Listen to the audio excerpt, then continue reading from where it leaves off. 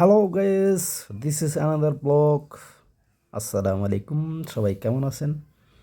আরও একটি blog video নিয়ে আপনাদের মাঝে আমি হাজির হলাম। আজকে হচ্ছে নতুন একটি জিনিস দেখাবো, সেটা হচ্ছে মরিচ ক্ষেত।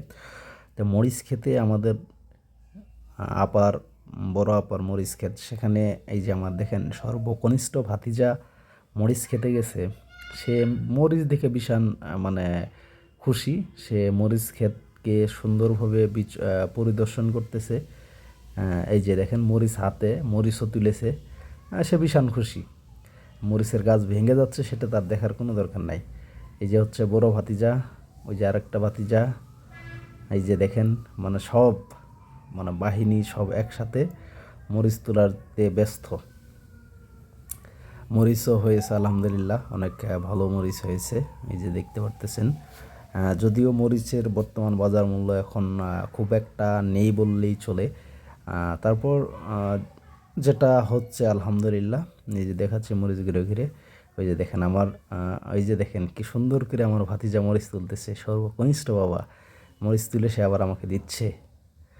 এই যে দেখেন মরিচ ক্ষেতের মধ্যেও সে মানে ভীষণ খুশি, হাঁটতেছে, হেঁটে হেঁটে দেখাচ্ছে মরিচের আনাগোনা, মরিচের সব কিছু।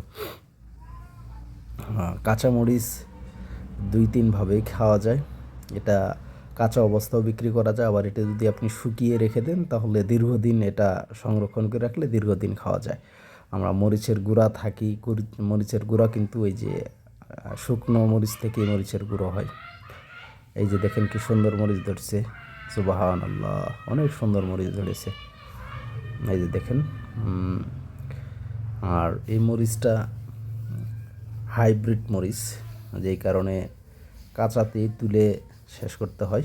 এটা পাকলে মরিচ ধরে কম। এটা হচ্ছে সবচেয়ে মজা ইন্টারেস্টিং বিষয় হচ্ছে এই মরিচগুলো যত আপনি তুলে বিক্রি করবেন বা তুলবেন তত মরিচের ফলন বেশি হবে।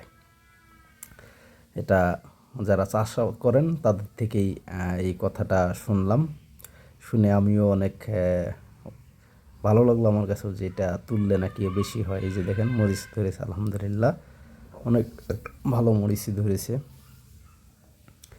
আসলে সবুজ প্রকৃতির মাঝে ঘুরতে খুব ভালোই লাগে। তো ঘোরার ফাঁকে ফাঁকে আপনাদের মাঝে শেয়ার করতেছি যে মরিচগুলো কেমন কী অবস্থায় ছিল। দেখতে দেখতে আমার মামুনিও মরিচ তুলতে গেছে। এই যে দেখেন, এই যে এই যে মরিচ তুলতেছে, মরিচ তুলে আবার দেখাচ্ছে। ওইটা হচ্ছে আমার দুলাভাই, আর এই হচ্ছে আমার মেয়ে। ওই যে মরিচ তুলছে, তুলে খুব কাজের